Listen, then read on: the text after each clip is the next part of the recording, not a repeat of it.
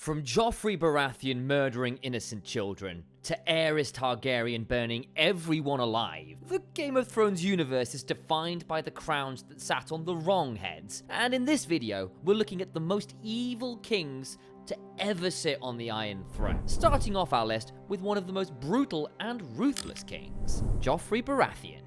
Joffrey Baratheon was a boy king whose entire reign proved that having a crown doesn't actually make you a leader. Everyone is mine to torment.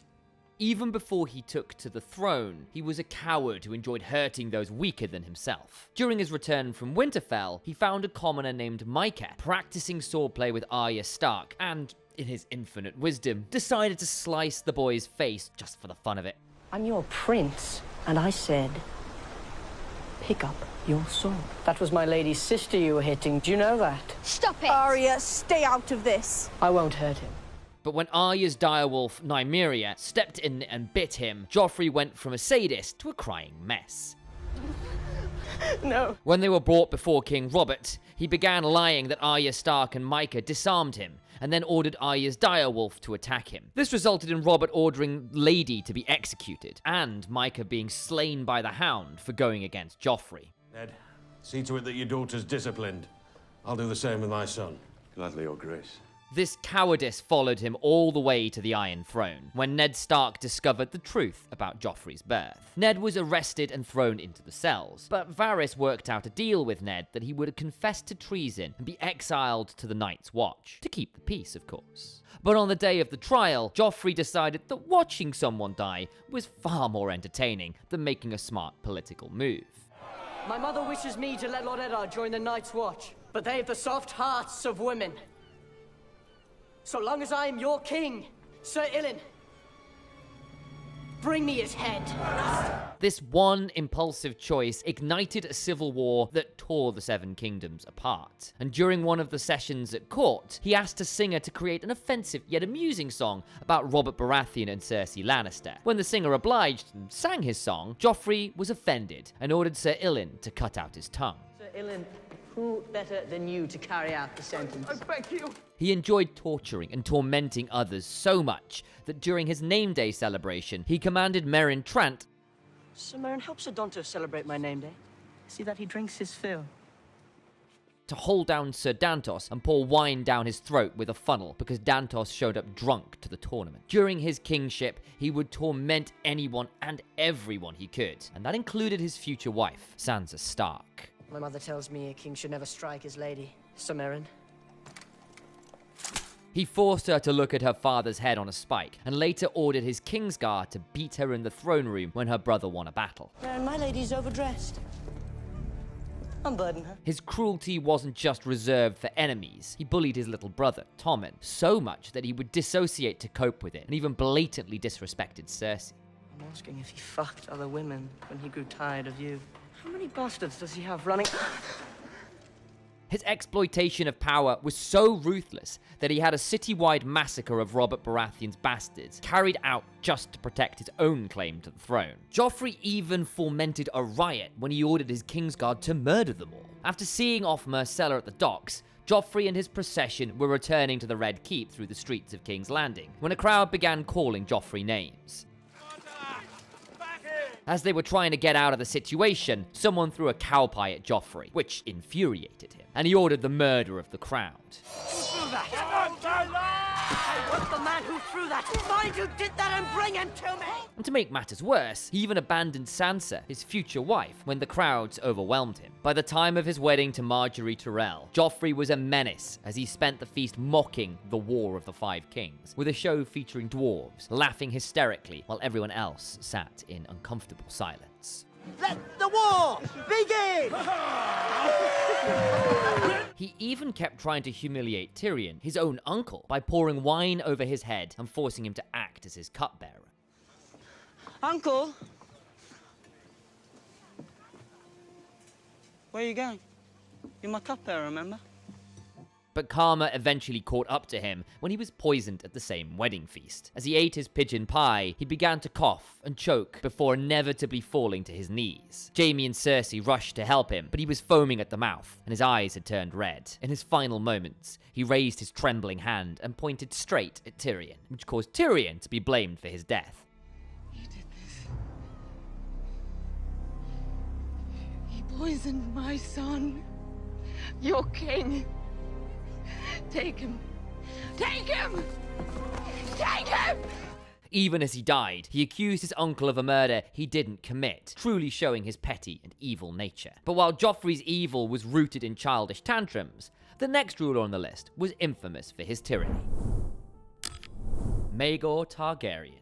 Maegor was the son of King Aegon Targaryen and his sister wife, Visenya Targaryen. He is better remembered as Maegor the Cruel, and it was a well-earned sobriquet, for no crueler king ever sat on the Iron Throne.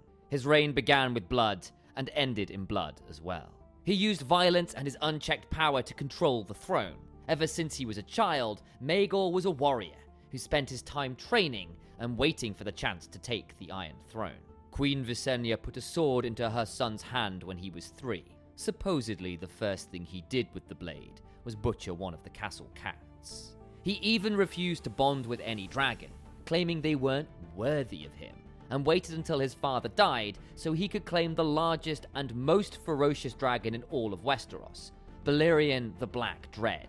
When his brother, Aenys, died from the stress of a religious upbringing, Maegor didn't wait for a crowning, and instead flew straight to Westeros and seized the throne, despite his brother having 3 living sons who were the rightful heirs. The Iron Throne will go to the man who has the strength to seize it. When the Grand Maester pointed out the law, Maegor drew his Valyrian steel sword and beheaded him in the throne room, and his reign only got bloodier from there. In order to crush the uprising caused by the Faith Militant, he fought a trial of 7 against their greatest champions and ended up being the only man to survive. However, the battle resulted in him getting heavily injured, leaving him in a coma-like state. But after he woke up, he used Balerion to burn down the Sept of Remembrance, incinerating hundreds of people while they were at prayer as an act of vengeance. It was said the screams of the burning men could be heard throughout the city, and a pall of smoke lingered over King's Landing for days. Thus did the cream of the warriors' sons meet their fiery end. But this cruelty wasn't reserved for his enemies. It extended toward his family and the people who served him. When Maegor ascended to the throne, he captured his nephew, Viserys Targaryen, and held him hostage in the cells of the Red Keep. There, he tortured and questioned him until he died, and then left his body to rot in the courtyard for 2 weeks to see if his mother would come out of hiding to claim it. Maegor, ask him where his mother has gone, Sir Owen Bush. He may not know. Maegor, then let him die. Perhaps the bitch will turn up for his funeral. Even his accomplishments were stained with blood. After he finished the construction of the Red Keep, he threw a massive 3-day feast for the workers who had built the secret tunnels and hidden rooms. In an inevitable twist of cruelty, once the party was over, he had every single one of them murdered, so that he alone would be the only person alive who knew the castle's secrets. Only the blood of the dragon would ever know the secrets of the fortress the Dragon Lords had built, he vowed.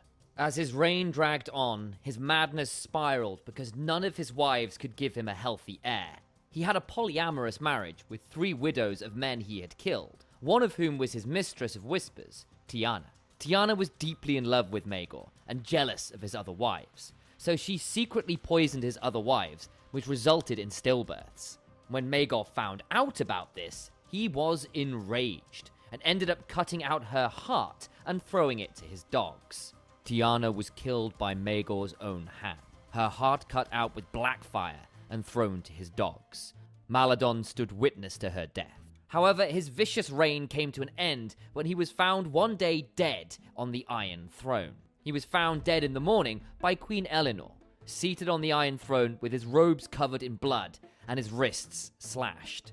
It was uncertain whether Maegor was murdered or if he committed suicide, but ultimately, his reign of cruelty ended with him. My uncle Maegor was cruel, but age is crueler. While Maegor used brute force to crush anyone in his way, the next queen on our list used much more physical methods to ensure no one would ever forget her name. Cersei Lannister. Cersei Lannister was the first queen of Westeros and believed that anyone who wasn't a member of her family was an enemy. While the world saw her as a beautiful noblewoman, her cruelty started long before she ever wore a crown. When she was only 9 years old, she had her guards beat a servant girl so badly the girl lost an eye, simply because the child had seen Cersei with Jaime. She was a servant girl. She saw us. I told my father she had stolen a ring, and he had her tongue cut out, and her eyes put out with a hot poker. I did not want her looking at me. Her marriage to King Robert Baratheon was a disaster, and her hatred of him eventually led to one of her most cruel and calculated plans. She had her cousin Lancel supply the king with extra strong wine during a boar hunt, and when Robert was too drunk to defend himself, a boar attacked him and severely injured him, resulting in his death. Lannister boy. Such a dutiful boy to make sure his grace did not lack refreshment. I do hope the poor lad does not blame himself. But Cersei didn't just want the throne. She wanted to protect her children at the cost of others. During his time as the Hand of the King, Ned Stark discovered that Cersei's children were actually fathered by her brother, Jaime, and not heirs to the Iron Throne. He confronted her and offered her a chance to leave, but Cersei orchestrated a betrayal that led to the slaughter of Ned's entire household, and eventually his execution. Is this meant to be your shield, Lord Stark? A piece of paper. Those were the king's words. We have a new king now. But it didn't just stop there. Cersei actively fueled her son Joffrey's ego and stood by as he tormented and abused his power. So you agree? The Starks aren't enemies. Everyone who isn't us is an enemy. But after Joffrey's death, Olenna Tyrell planned to have her granddaughter married to Tommen because she understood he would be easier for Margaery to control and manipulate. This threatened Cersei's influence, so to take back her power, she rearmed a group of extremists known as the Faith Militant, which immediately led to the arrest of Loras Tyrell for his homosexuality, and Margaery for being an accomplice. However, arming the Faith Militant immediately backfired as Lancel confessed his crimes and had Cersei arrested.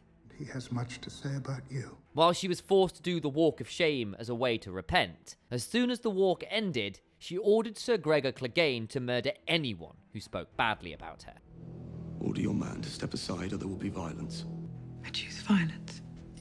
But instead of giving up and hiding away, Cersei doubled down on her revenge. On the day of her trial, she didn't show up at the Sept of Baelor, and instead she stayed in the Red Keep and watched as a massive cache of wildfire blew up the building. After blowing up the Sept of Baelor, she had Septa Unella captured and gave her as a prisoner to the mountain to be tortured. Gods have forsaken you. This is your god now. Cersei showed that same sadistic streak when she took revenge on Hilaria Sand. After Hilaria killed Cersei's daughter, Myrcella, Myrcella? Cersei had Hilaria and her daughter Tyenn captured by Euron. In a mirrored execution, Cersei poisoned Tyenn with the same toxin used on Myrcella and chained Hilaria to the wall, forcing her to watch as she died. Your daughter will die here in this cell. And you will be here watching when she does. Cersei spent her final days ruling through fear and lies, even deceiving Jon and Daenerys about helping fight the Night King, so that she could hold on to her power for just a little longer. And I intend to stay amongst the living. Let the Stark boy and his new queen defend the North. We stay here where we've always been. However, her spite and arrogance led her to make an irredeemable mistake. Cersei captured Missandei, who was the advisor and close friend of Daenerys. Cersei had her beheaded in front of Daenerys simply because she wanted to send her a message. If you have any last words, now is the time. This act of pure spite was the match that lit the fire and drove Daenerys into a blind rage that led to the destruction and burning of King's Landing. As Daenerys continued to destroy King's Landing, Cersei and Jaime tried to escape through the cellars of the Red Keep. However, When they reached the exit, it was blocked by debris. As the realization that there was no escape hit Cersei, she started to panic, cry, and beg Jaime to save them. Jaime realized that they were both doomed and hugged her until they were crushed by the falling debris. It was a pathetic end for someone so evil, just like our next king, who became the thing he swore to destroy. Aegon II Targaryen. Aegon Targaryen, second of his name, was the half-brother of Rhaenyra Targaryen, and the king responsible for the Targaryen Civil War. Even before he was a king, he was a menace who viewed the people around him as toys for his entertainment. He would get drunk carelessly and belittle those around him, especially his younger brother Aemon. In 1110 AC, she bore him a second son, Aemon, who was said to be half the size of his elder brother, but twice as fierce. Aemon was the only Targaryen who did not have a dragon, and as a result, he was looked down upon and bullied by Aegon and his nephew. Once, during a training session with their dragons, Aegon pranked Aemon with a pig with wings. Behold, the pink dread. Be sure to mount her carefully. First flight's always rough. Years later, when he was visiting the same brothel, he found Aemon with the same woman he had forced Aemon to sleep with all those years ago. He mocked him and laughed at him in front of his accomplices, just to humiliate him. Aemon the Fierce! You have come so far, and yet you still lie with your very first. And this kind of behavior was not just directed towards Aemon, but also towards the people who served him. This was the most clear when he abused a household servant named Diana, and when his mother confronted him about it, he didn't show an ounce of remorse, and instead called it harmless fun. It's not a day like today! Why? What is it today? You are no son of mine. Even after he inherited the throne, he presented a nonchalant behavior towards everything. He would openly mock the people in the small council and make a joke of them. Because I think he wants a ride.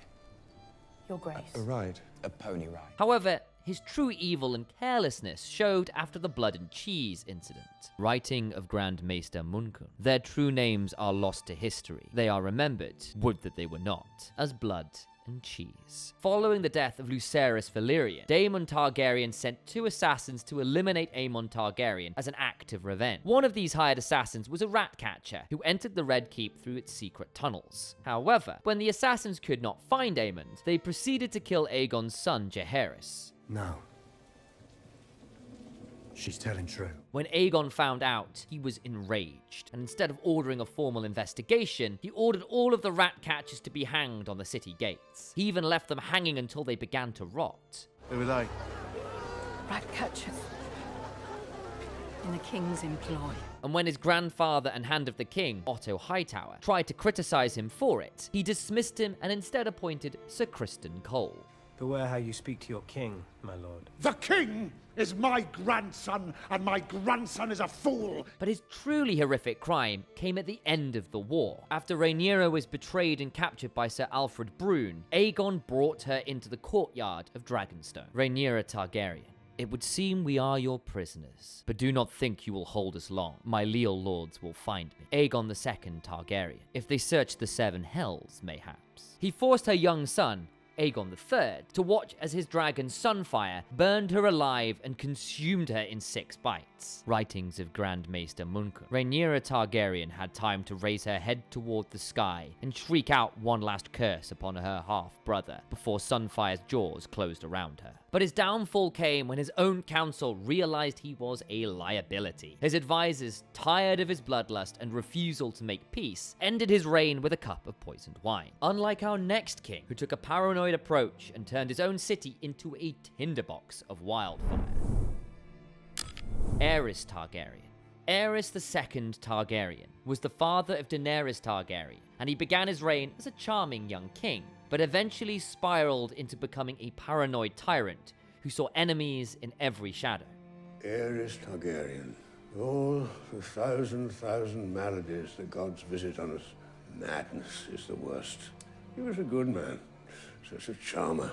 And to watch him melt away before my eyes, fire and blood. At first, Aerys was a good king, who valued the people of King's Landing and ran everything smoothly. However, things changed after an uprising called the Defiance of Duskendale, and Aerys was held prisoner for months during the revolt. By the time he was rescued by Sir Barristan Selmy, he was a completely different man. When he returned to the Red Keep, he was convinced that everyone, including Tywin, was plotting to replace him. If he had not gone into Duskendale to rescue Aerys from Lord Darkland's dungeons, the king might well have died there as Tywin Lannister sacked the town. Then Prince Rhaegar would have ascended to the Iron Throne, mayhaps to heal the realm. His paranoia quickly turned into a gruesome obsession with fire, and he began executing anyone he suspected of treason by burning them alive. This madness eventually affected his family life as well, and he mistreated his wife Rhaella and continuously insulted the hand of the king, Tywin. He even stopped a marriage proposal between his son Rhaegar and Cersei because he did not respect Tywin. "You are my most able servant, Tywin, but a man does not marry his heir to his servant's daughter." To add a final insult, Aerys even appointed Jaime to the Kingsguard, not as an honor, but to prevent Tywin from having an heir to Casterly Rock. This outraged Tywin, and he resigned his hand, leaving Aerys to surround himself with people who only fed his delusions. Aerys Targaryen. He'll win no glory here. He's mine now, not Tywin's. He'll serve as I see fit. I am the king. I rule, and he'll obey. However, the most evil thing that he did, the thing that sparked Robert's rebellion, was the brutal and unnecessary execution of Rickard and Brandon Stark. After the abduction of Lyanna Stark by Rhaegar Targaryen, Brandon Stark visited King's Landing and demanded the release of his sister and the execution of Rhaegar. However, King Aerys arrested him on charges of treason and demanded that Rickard Stark come to the capital to ransom him. When Rickard complied and came to King's Landing, Aerys also had him arrested. Lord Rickard demanded a trial by combat, and Aerys agreed, but he chose fire as his champion. He had Lord Rickard Stark suspended from the ceiling of the throne room while pyromancers lit fire beneath him, causing him to slowly burn alive. As this was happening, Brandon Stark was brought into the room with a leather cord wrapped around his neck. Aerys told him that the only way to save his father was to grab the sword that was out of reach for him. Brandon desperately attempted to grab the sword and slowly strangled himself to death. 500 men just stood there and watched. All the great knights of the Seven Kingdoms. You think anyone said a word, lifted a finger? 500 men. And this room was silent as a crypt. Except for the screams, of course, and the Mad King laughing. This was the final straw for Robert and Ned.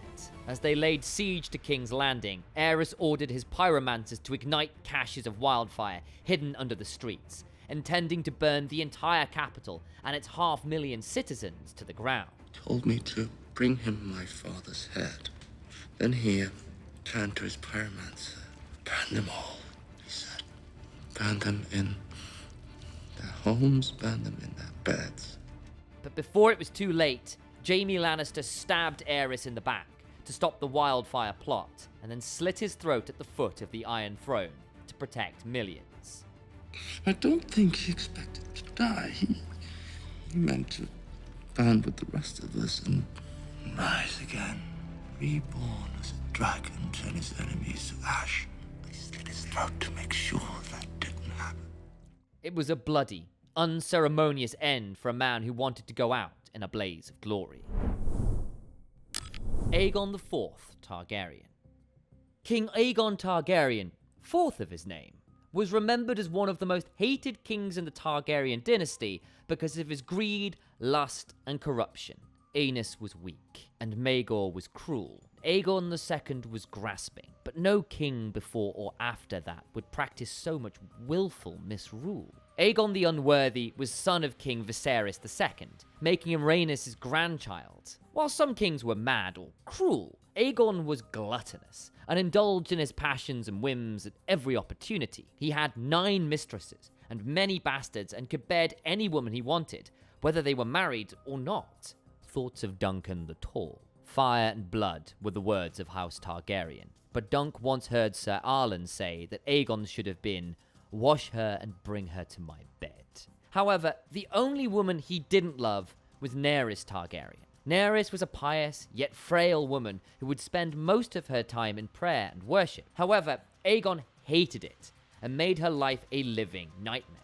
After Daenerys nearly died giving birth to their son, Daeron, she begged Aegon to let her go and live out the rest of her days in peace as a sister rather than a wife.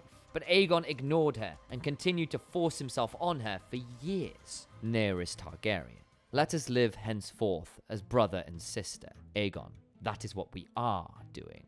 He took a sick kind of pleasure in tormenting his brother, Aemon the Dragon Knight, who was a legendary warrior and far more loved than Aegon ever was. Writings of Master Caeth. His little brother, Prince Daeron, was the most popular of the Queen's sons, as clever as he was courteous, and most comely as well. When Daenerys was accused of adultery and treason by Sir Morgil Hastwyck, Prince Aemon defended his sister's honor in trial by combat, and slew Sir Morgil. However, this made Aegon jealous, and he spread a rumor that his son, Daeron, was actually a bastard fathered by Aemon, Aerys Oakheart. The tale of Prince Aemon's treason with Queen Daenerys was only that, a tale, a lie his brother told when he wished to set his trueborn son aside in favor of his bastard. Aegon was so insecure that he tried to ruin his own son's reputation just to get back at his brother. His pettiness often led to bloodbaths for everyone around him. When he caught one of his Kingsguard, Terence Toyne, sleeping with one of his mistresses, Bethany Bracken, Aegon didn't just execute them. He had Terence dismembered piece by piece while forcing Bethany to watch before executing her and her father, who had once been Aegon's own Hand of the King, Jaime. And Sir Terence Toyne, Loras, bedded the king's mistress and died screaming.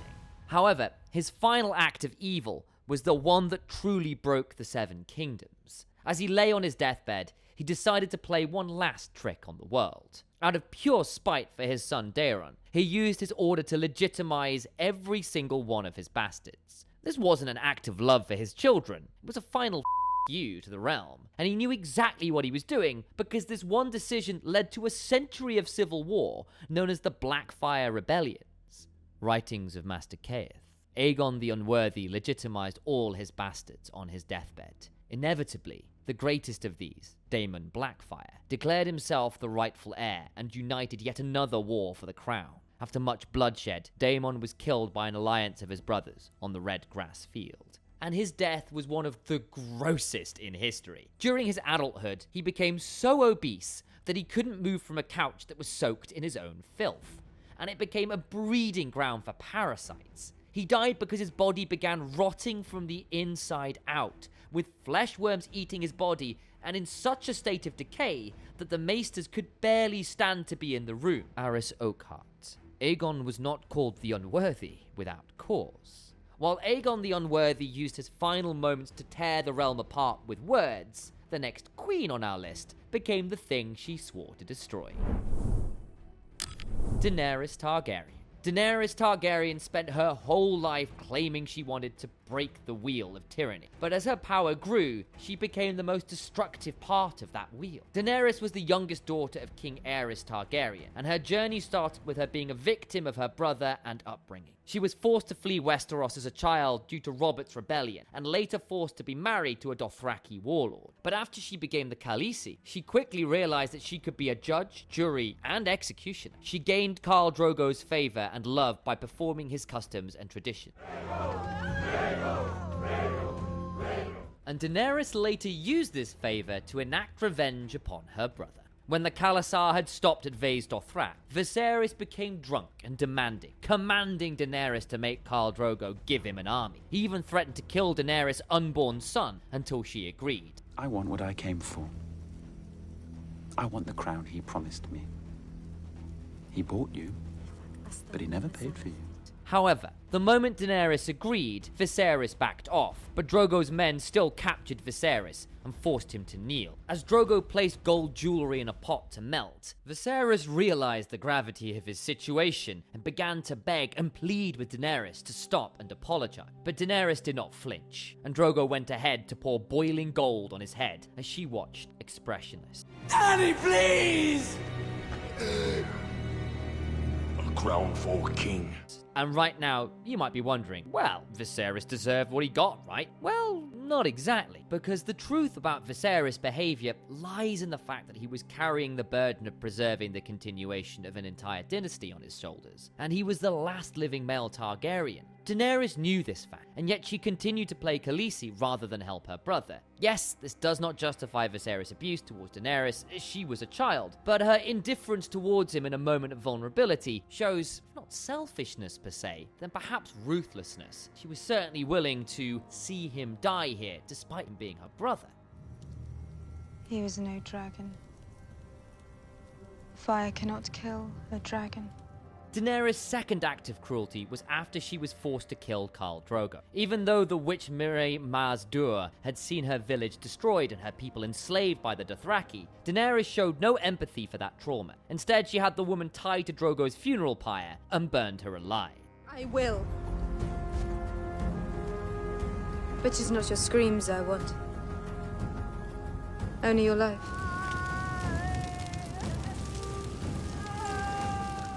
As she moved across the east, her methods became increasingly drawn out, drastic, and cruel. When she was being betrayed in the city of Qarth by Jaro Joan Daxo and her handmaid Doria, she didn't give them the mercy of a quick death. Oh no. Instead, Daenerys had them both locked inside the Valyrian stone vault to slowly suffocate and starve.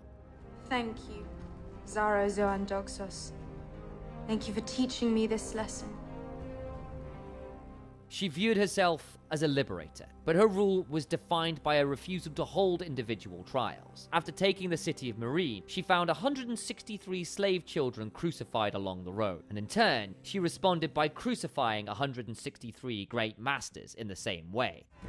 I will answer injustice with justice. She didn't care to investigate who was actually responsible, and it later turned out she had executed men who had actually spoken out against the original crime. My father spoke out against crucifying those children.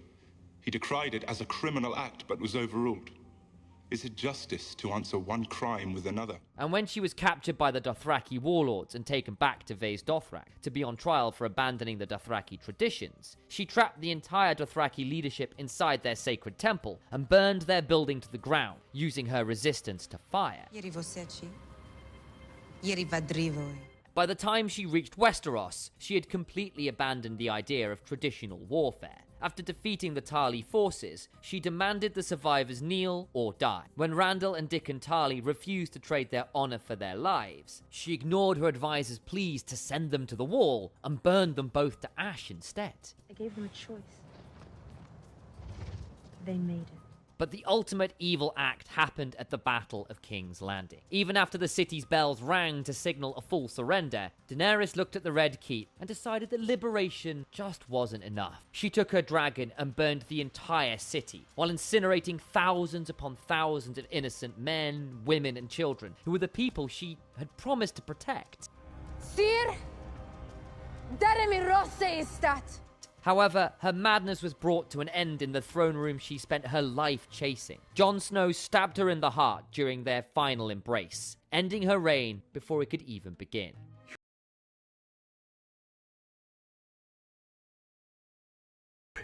And that was our list of the most evil kings and queens in Game of Thrones.